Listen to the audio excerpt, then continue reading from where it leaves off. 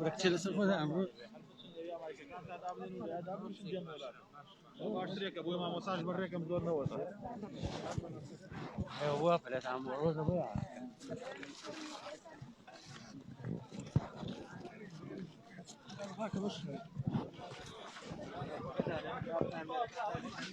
Aras, دوم Aras. Aras.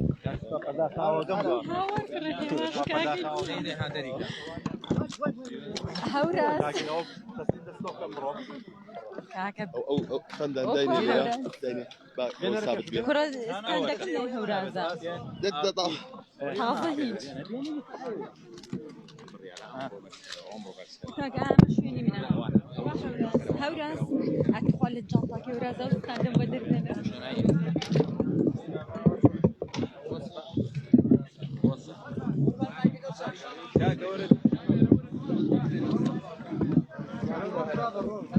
دست خوش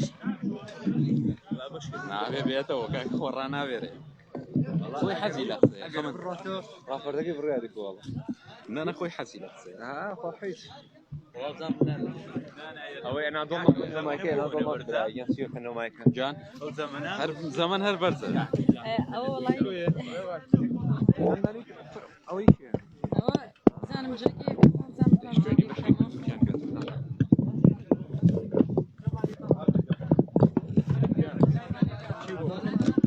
لكن دارس لكن رانس لكن او خوي ديالي لو شيء هذا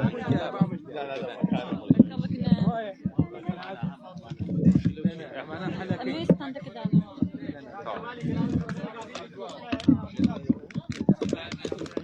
لو شيء أمي شون دانا بلوصل بمبربر عاد خيره وصل ان شاء الله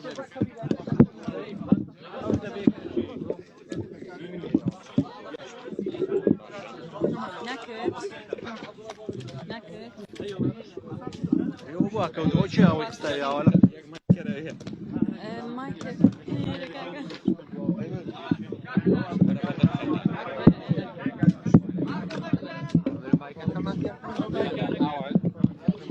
ابوي بتصبح معك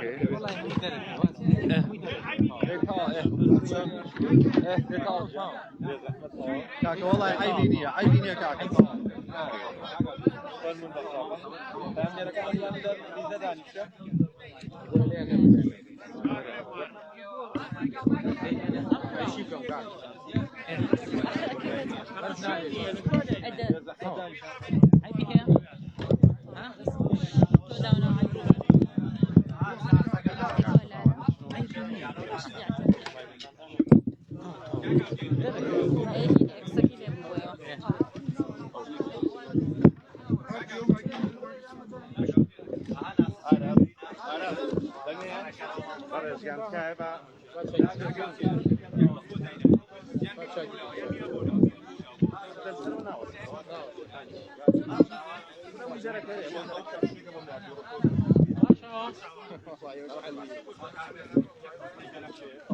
برزن كاي دا سوبر كان كاتي جناب وزير طاوه بين دانش نفر من دانش بعد اسبوع دكاتره جن فاش شلون شدي فوتان جاي بشدي فوتان وكاتله من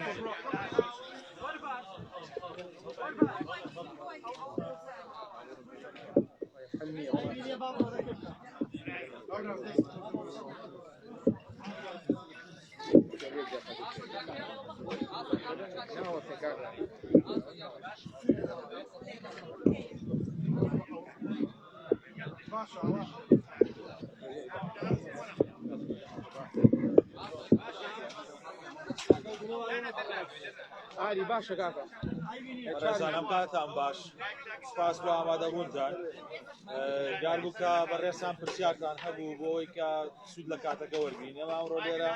لە شاری سلێمانی بەردی مناغی قوتابخانە و خوێندنگەی چێژدەپۆلیمان داناکرد لەلایەن کۆمپانیای ڕەسەنەوە جێبەجێ دەکرێت لە شاری ماوەسایانی سلێمانی کە بە تێچووی 1,400,000 دلار لە ماوەی ساڵێکا جێبەجێ کرێ دەمەوێت سوپاسێکی تایبەت یەکێتی مامۆستایانی کوردستان بکەم بۆ پشگیریکردنیان بۆ شاری مامۆسایان و سوپاسێکی تایبەتیش بۆ یەکێتی مامۆسایانی کوردستان لە قی سلێمانی کە هەوڵێکی زۆریان لەگەڵ ئەم پرۆژەیە داوە. سپاس بۆ بەڕێزان لە سکرتارەتی یەکێتی مامۆسایان و هەروەها لە لقی سلێمانیش دەستیان خۆش بێ ئەمەش لە وەزارەتی پەروەردە پشگیریان ئەبین بۆ ئەنجامدانی ئەو پرۆژانەی کە خزمەت بە مامۆسایانەکە و ئەمەش بە مبادرەی دەستەوە بەرهێنانی هەرێمی کوردستان بووە. سپاسێکی تایبەتیش بۆ برای بەڕێز کاک دکتۆر محەممەد شوکری سەرۆکی دەسا و بۆ برای بەڕێزمان بەڕێوەبەری گشتی دەستەوە بەرهێنان لە پارێزگای سلێمانی کە هەماهەنگ و هاوکارمان بووە. بفەرموون هەر پرسیارێکتان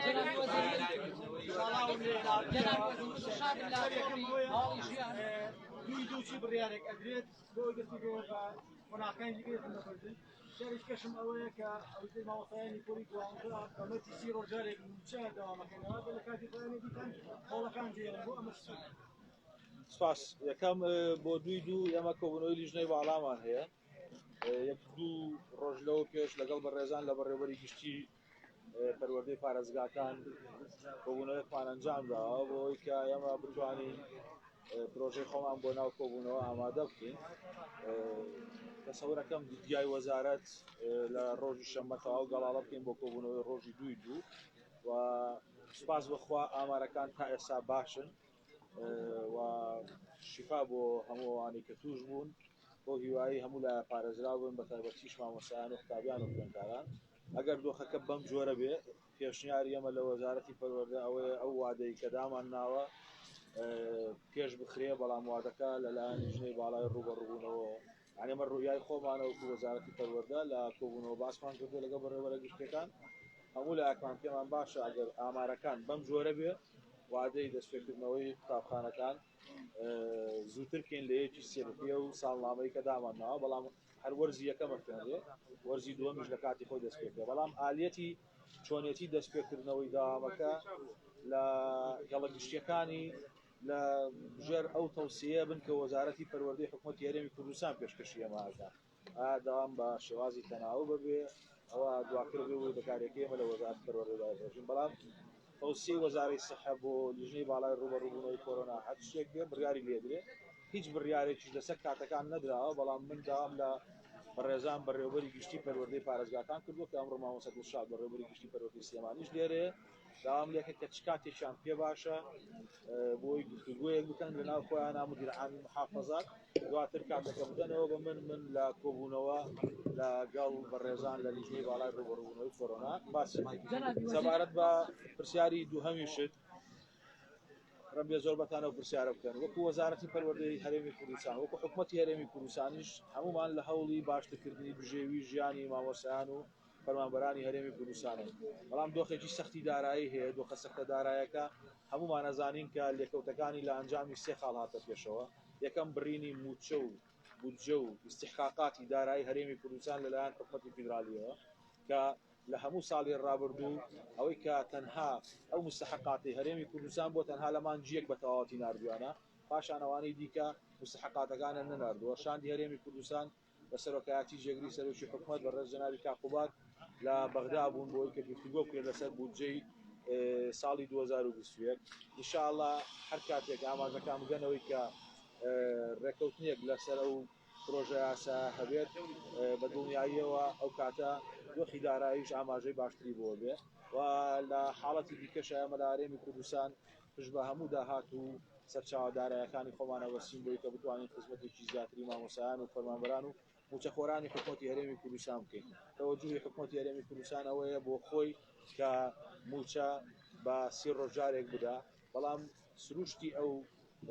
ڕێژەی موچەی کایداوامێنەوە سەر ئەو گفتوگویانە و پرۆژە یاسای بودجەی ساڵی 2020 لە تۆڕی هەواڵی ژیان ئەو ماوەی کە ڕۆژتووە لە پرۆسەی خوێندن ئەگەر پرۆسەکە دەست پێ بکاتەوە چۆن ئەتوانن قەرەبووی بکەنەوە بەڕێزان من حەزەکەم بابەتێکتان بۆ باسکەم ڕەنبێ لە ڕووی ئەلامی تۆزێک بە گەورەی سیر کرابێت ئێمە ئەوەی یەکێتی مامۆسایان لێرەن و ئەو بەڕێزانە چەندین ساڵە لە پۆستی دارین و مامۆستا بوون و بەڕێوەبەری پەروەردە بوون ئاگیان لە وردەکارێکی ساڵی خوێندنی 2019-2020 ئێمە لە 178 ساڵی خوێندنمان کردووە و داوامێکی زۆر بە ئاسایی کراوە لە بیداەتی دەوام کە 21 2019 داواممان دەست پێ کردووە داوامێکی زۆر ئاساییمان کردووە قورسایی منهج کە لە وەرزی یەکەمە قورسایی منهجمان خوێندووە ئەوەشی کامێنێتەوە هەتا ڕۆژی 25 دوو کە بڕیار درراوە لە ئەنجومەنی وەزیران سروشتی وەزارەتی پەروەردەوە ئێمە بۆ خۆمان 14 ڕۆژ تووشی بەهارەمان هەیە لەگەڵ هەموو ئەو پشوانی دیکە و ڕاپەڕین و پشوانی دیکەش کاکەونە مانجی سێ کەم دەوام هەیە لە ناو وەزارەتی پەروەردە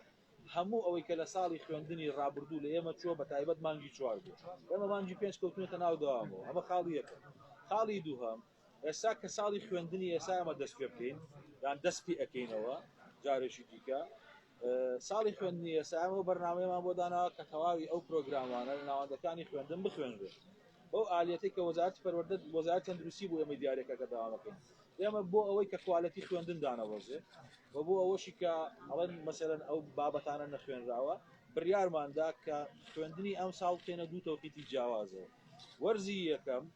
لە یەکی سێ دەست پێ بکەینەوە بەڵام ئەگەر لیژنەی ڕوبەڕووبوونەوەی کۆرۆنا بڕیارەکەمان هێنا پێشتر و کاتی ئەلانەکەین کە لە کاتێکا بۆ ئەوەی منهجی وەرزی یەکەم بە تەواتی بخوێنرێەوە و منهجی وەرزی دووەمیش لە مانجی نۆ دەست پێکەینەوە بە سوودوەرگرتن لە هەموو پشوەکان جگەل لە سێ ڕۆژی جەژنی نەورۆز و سێ ڕۆژی جەژنی ڕەمەزان خاڵی دیکە ئەویژەوەیە تەقویمی سەنەوی ئێمە ساڵانە لە 165 هەتاوەکو 180 ڕۆژ لەو کاتانە بەبێ گوێرەی و عتڵانی کە دێتە پێشەوە بۆ ساڵی خوێندنی ئایندە ئێمە پێشنیاری ئێوەمان کردووە کە لە 2012 دەست پێێتەوە بە خوێندنی ساڵی ئایندە هەتاوەکو کۆتایی مانجی 6 ساڵی ئایندە ساڵی پاشتر دەڕوات واتە لە 2021 کە دەست پێێتەوە بە ساڵی خوێندن هەتاوەکو مانجی 6 ساڵی 2022 دەڕوات بەو شێوەیە ساڵی خوێندنی 2021 نە هیچ زەرێکی لەسەر دەبێت نەکەم دەبێتەوە بەڵکو ئەوەی کە حسابمان کردو 168 ڕۆژ داوامی فعلیمان لەبێت ناوەندەکانی خوێندن بەڵام بە سوودوەرگرتن لە پشووە بەشێکی ینی داوام نەکردنی ئێستای نەکردنەوە قوتابخانەکە خوێندی بە مانگرتنی و داوامەکردنی مامۆستایانەوە ئەوترێ بەشێکی خوێندی بە کۆرۆنا و ڕێنمایەکانی وەزارەتی تەندروستی و وەزارەتی خوێندارەکانە بەڵام بەشێکی مامۆستایان داوام ناکەن لەبەر بێموچەی گەرانتی چی ئەگەر داوامیش دەست پێ بکاتەوە مامۆستایان داوام بکەن ئەوترێ لە هەولێر ڕەنگە داوام بکرێ بەڵام دەستێمانی داوام نکرێت وەڵامی ئەو پرسیارەمدایەوە لەبەرەوە یەکەم پامێری بەڕێزکە پرسیاری کرد من وەڵامدا بەڵام با تۆزێک تەوزیحتر قسەم ئێمە پشتگیری هەموو داوای ڕەوای مامۆستایانەکەین و کاریشی بۆ دەکەین مەسەلەکە تەنها پشتگیری نییە بەڵام کۆمو دەقەیەک تۆ نادی لێ عەلامە قسە داوینکردنی موچەی خۆران و مامۆستایان ئەرکی حکوومەتی هەرێمی کوردستانە هەمومان لە حکوومەتی هەرێمی کوردستان لەسەرەوە متفقین و هەموو هەوڵێکی شەدەین بە گوێرەی ئەو ئیمکانات و داهاتی لە بەردەستمانە موچە شێوازێکی باش دابەش بێت بەڵام بەڕێزان ئێمە لە ساڵی 2015 قەیران بووە یەک ڕۆژ قوتابخانەکان لە هەولێر و دووەکیش مەسەندا نەخرابوون و کاتە خۆ بابەتەکەەوە نەبووە گەر لە شوێنێک بایکۆت هەبوو بێ گرفتی داوامیشمان هەبوو لە 25 دوی 2020 کاتێک کە بڕیاری داخستنی دەرگای قوتابخانەکاندرا هێشتا استحقاقاتی ئێمە لە بەغدا نەبڕابوو هێشتا نرخی نەو دانەبەزی بوو هێشتا کۆرۆناژ لە هەرێمی کوردستان تۆمار نەکرابوو بەڵام لەبەر گیانی سەلامەتی پاراستنی گیانی مامۆسایان و قوتابیان و خوێندکاران بڕیارماندا ناوەندەکانی خوێندن دابخێت هێشتا هیچ گرفتێکیشمان بۆ نەهاتبوو پێشەوە یەکی سێ یەکەم حاڵەتی کۆرۆنا لە هەرێمی کوردستان تۆمارکرا ئێمە لە 25 دوو بڕیاری داخستنی دەرگای قوتابخانەکانماندا داخستنی دەرگای قوتابخانەکان پەیوەندی بە موچەند نییە ئێمە کار دەکەین بۆ دابینکردنی ژیانێکی شایستە بۆ مامۆسایان پشتگیری مافەکانیانین وەکو وەزیری پەروەردەش خۆم بە یەکەم دڵسۆز و خەمخۆریان ئەزانم لە هەموو شوێنێکیش و لە هەموو کاتێکیشا هەوڵی ئەومان داوە کە موچەی وەزارەتی پەروەردە و شایستەی مامۆسایان دابینکەین بەڵام داخستنی دەرگای قوتابخانەکان تەنها هۆکار مەسئولیەتەکە سەلامەتی گیانی مامۆسایان و قوتابیانە ئێمە لە 27 نۆی 2020 دەرگای قوتابخانەکانمان بۆ قۆناغی 12 ئامادەیی کردەوە بەس لە یەک تەربیەی ناوەندی هەولێر ئێمە 39 تەربیە قەزامانێت بەس لە یەک تەربیەی ناوەندی هەولێر 980 مامۆسا لە ماوەی 14 ڕۆژە تووشی لە هەرێمی کوردستان ژمارەکان بەرەو هەڵکشان چوو بۆیە لە هەولێر و لە دووهۆک و لە سلێمانی و لە گەرمیان و لە هەمووی بڕیارماندا کە دەرگای قوتابخانەکان دابخرێتەوە سەلامەتی گیانی ئەو مامۆسایانە ئەو قوتابیانە ئەو خوێندکارانە بۆ ئێمە گرنگە ئێمە بەرپرسیارەتیمان لەسەر شانە ناکرێ بە دیدێکی پۆپۆلیسیانە خەڵک سەیری ئەو بابەتە بکە و ئێمەش دوای قسەی ئەو بەڕێزانە بکەین ئەوەی کە گرنگە بۆ ئێمە زۆر بە سەراحەت دێڵێن ئێمە بەرپرسیارە بین بەرامبەر بە گیانی خەڵک لەبەرەوەی کە ئێمە بەرپرسیارە بین دەبێت بزانین زەمینە سازی هەیە لە ڕووی تەندروستیەوە بۆ ئەوەی کە خەتەر لەسەر ژیانی مامۆسایان و قوتابیان و خوێندکارانی ئێمە دروست نەبێت ئەگەر نا هەمومان پێمان خۆشە دەرگای ناوەندەکانی خوێندن کراوە بێ و شانزەی یەکیش دەرگای ناوەندەکانی خوێندنیشمان کردوێتەوە بۆ قۆناغی 12 ئامادەی بە سوپاسی هەموو مامۆسایانی کوردستانەکەم سوپاسی هەموو ئەوانەکە کە لەسەر میلاکی وەزارەتی پەروەردن کار دەکەن هاوشانی هەموو وەزارەتەکانی دیکە توانیوانە کەرتی گشتی ئیدامە پێ بدەن و خزمەتگوزاریەکان پێشکەشکەن بابەتی داخستنی دەرگای قوتابخانەکان هەموو ئەو تەفسیر و تەویلانی لەسەری دەکرێت لەلای ئێمە وەکو حکوومەتی هەرێمی کوردستان تەنها و تەنها یەک خاڵ هەیە پەیوەندی بە تەندروستی ژیانی قوتابیان و خوێندکاران هەیە بەڵام هەموو هەوڵێکیشمانەوەیە کە ژیانێکی شایستە بۆ مامۆسایانمان دابینکەین و ڕێزەگیراون و گەورەترین خزمەتیش پێشکەشی منداڵانی هەمومان و کۆمەڵگەی کوردستان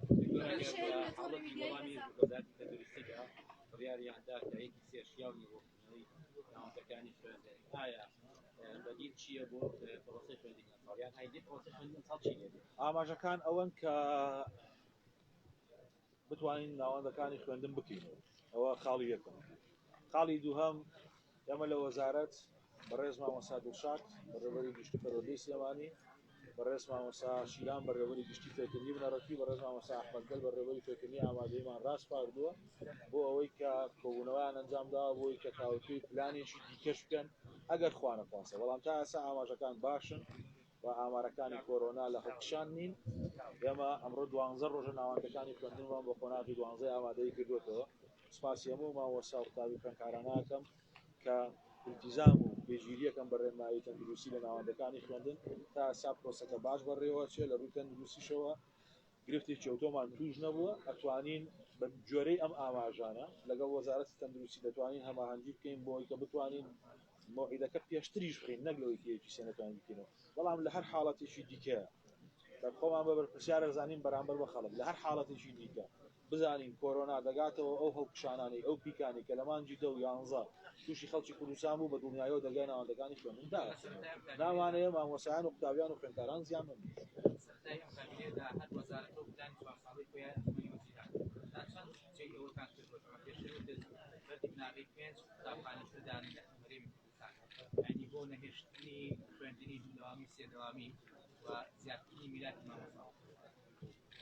کاک بڕیار ئێمە لە حکوومەت کە کابینەی نۆ دەست بەکار بۆ تا ئێستا 36 قوتابخانەی نوێ و باخچە کراوە لە تەواوی پارێزگاکان و لە ئایندەیەکی نزیکیش ئێمە ئەمانە هەموو بەداتا ئەخێنە ڕوو جا لەوەش زیاتر لە 270 قوتابخانە نوێژەن کراوە چ لەسەرەکی حکوومەت چ لەسەرەکی ئەوانەی کە بەخۆبەخشانە و کارانان کردووە و ئێمە ژۆک وەزارەتی پەروەردە لە پەیوەندیەکی زۆر پتەوین لەگەڵ ڕێکخراوە پەروەردێنەی دەوڵەتەکان و هەموو ئاژانسانی کوێکا و جیایزێت و ئاژانسە دەوڵەتەکانی دیکە بۆی کە بتوانین پرۆسەیەکی باش بەڕێوەبەرین لە ڕووی هەم بنیادنان هەم لە ڕووی بژانەوە ئەمە جیالەوەی کە مامۆسایانی ئێمە لە ساڵی خوێندنی ڕابردوو کە لەگەڵ دەستپێکی پرۆسی بنیادنانی تواناکان بوو توانیان کاری باش بکەن بۆ ڕۆژنکردنەوەی قوتابخانەکان و ڕۆڵی سەرەکیان بینیوە بابەتی ئەوەی کە بە شێوازێکی منەظەم ساڵانە بڵێ ئەوەندە قوتابخانە دروستەکەم پێویستیان بابەتە لە بودجە جێگەی بکرێتەوە و ئاویش دەکرێت بە جۆرەی ئیمکانەتی دارایی بێت بەڵام ئێمە لە چەند هەوڵێکی حکوومەتی عراقی لە ساڵی ڕابردوو 114 قوتابخانەی لە هەموو عراقا خستۆتە خزمەتەوە تا ئێستا لە ئێمە 36 قوتابخانە کەوتۆتە بواری خزمەتەوە لە هەرێمی کوردستانە وێڕای ئەوەی کە لە قەیرانێکی سەختی داراییە تێپەڕ بووین بە هۆی ئەوەی کە ئەوەی کە پێوتری استحقاقاتی دارایی ئێمە لە موچە و لە بودجە لەلایەن حکوومەتی فیدراڵەوە نەنێردراوە تا ئەم ساتەش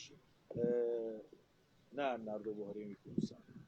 بەڵام لەگەڵەوە شا پرۆسی ئاوادانکردنەوە بەردەوام بووە وەکو ئاماژەم پێدا ئێمە لەسەر 4 ئاراستە کارمان کردو هەم ئەو قوتابخانانەی کە پرۆژە تەواو نەکراوەکان بوون حکوومەتی هەرێمی کوردستان بودجەی بۆ تەرخان کردوون بەشێک لەو قوتابخانانەمان تەواو کردووە مانگی 11 ساڵی ڕابردوو لەگەڵ ئەم بەڕێزانە لێرە قوتابخانەمان لە شاری سلێمانی کردوێتەوە لەسەر ئەو بودجەیەوە هەروەها لەسەر بودجەی پەرەپێدانی پارێزگاکان و هەروەها ئەم پرۆژانەی کە وەکو ئەمڕۆ بەردی بناغەمان داناوە لە مبادرەی دەستەی وەبەرهێنانی هەرێمی کوردستانە خاڵی چوار هەمیشت ئاراسی چوار هەم لەگەڵ هەندێک لە ڕێکخراوانی دەوڵەتەکان و سەرمایەدارەکان کاگاسوی حاجی محەممەد دیلامۆچی لە پارێزگای هەڵەبجە قوتابخانەیەکی مۆدێرنی 12 پۆلی بۆ ئێمە بنیاد نابوو کە تێچۆکەی $1,400,000 بوو پێشکەشی وەزارەتی پەروەردەی کردو لەسا دەیەوێت قوتابخانەی ئەحمەد موختارجان پیش بە ئامان شێوە بکات بەڕێز کاک نەجمەدین خاوەنی گروپی کۆمپانیەکانی نەجمەدین لەسەر داوای ئێمە و بەڕێوەبەراتی گشتی پەروەردەی سلێمانی قوتابخانەیەکی 12 پۆلی بۆ ئێمە بنیاد ناوە قوتابخانەیەکی مۆدێرنە و ڕۆژی شەمەی افتتاحیە قوتابخانەیەکەین بە هەموو ئاراستەیەک ئێمە کارەکەین بۆی کە ژێرخانی پەروەردەی لە هەرێمی کوردستان لێڕای ئەو قەیرانە قوڵی هەمانە بتوانین گەشەی پێ بدەین و کراوە جنابی وەزیر من هەوراسە لە شارپرێسەوە ئەگە پێمان بڵێ کێشەی قوتابخانەی سادیس بەکوێ گەشتووە بەسەوە دەشێت قوتابخانەکانی سابیز گرفتیان نییە عقدیان لەگەڵ حکوومەتی هەرێمی کوردستان تاوەکو سیوێکی 8 2021 دوێنێ جەنابی سەرۆکی حکوومەتی هەرێمی کوردستان ڕەزامەندی داوە لەسەر نوێکردنەوەی گرێبەستی قوتابخانەکانی سابیز بۆ ماوەی 3 ساڵی دیکەواتە لە سیوێکی 8 2021 عقدەکان کۆتایی دێ بەڵام نوێ دەکرێتەوە بۆ ماوەی 3 ساڵی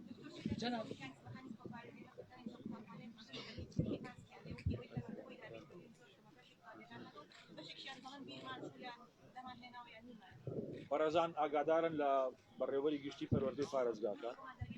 ئێمە نەخێر ڕەن بێت لە حاڵەتی ماسک بەڵام ئێمە بۆ هەموو قوتابخانەیەک ئامێری گەرمی پێمان داوین کردووە بۆ بەشی ئەوەش لە کۆگاکانمانە هەیە ئامێرێکی دیکەشیان بدەین بۆ ناوەندەکانی خوێندنی خۆشمان ئێمە پاکەرەوە معەقیممان داوین کردووە و زیاتر لە 3 ملیۆن تا 3 ملیۆن و 500 هزار ماسک تا ئێستا لەلایەن وەزارەتی پەروەردەوە تەوزیع کراوە و ئێستاش حکوومەتی هەرێمی کوردستان 2 ملیۆن و نیو ماسکی دیکەی بۆ وەزارەتی پەروەردە موافقەت کردووە کە ئێستا دەچێتە پرۆسەی تەندەرینەوە لەگەڵ 74500 معەقیمی دیکە بۆ ناوەندەکانی خوێندنیکە و جا لەوەش بە فەرمانی جەنابی سەرۆک وەزیران کاک مەسعود بارزانی 3 ڕۆژ لەوە پێش بڕیار درا کە 3 ملیارد دینار تەرخان بکرێ بۆ وەزارەتی پەروەردە بۆ ئەوی بە گوێرەی ژمارەی قوتابیان و خوێندکاران دابەش بکرێ بەسەر ناوەندەکانی خوێندن بۆ ئەوی کە قوتابخانەکانی ئێمە گرفتی پێداویستی پرتاسیە و بڕێوەچوونی کاروباری خۆیان نەبێت واتە ئەگە قوتابخانەیەک 1000 قوتابی و خوێندکاری هەبێ ئەو قوتابخانەیە نزیکی ملیۆنێک و 800,000 دیناری پێدرێت واتە لەسەر عەدەدی قوتابیان و خوێندکاران پارەکە تەوزیع ئەکرێ تەنها بۆ ناوەندەکانی خوێندنەوە بۆی ئەوانی توانن کارەکانیان بە ئاسانی بڕۆن ئێستا موافقەتی گەڕاوەتەوە و جەنابی وەزیری دارایی گەڕێتەوە فەرمانی پێ دەرەچێت بۆی کە لە خەزیانەکانەوە سەر بوو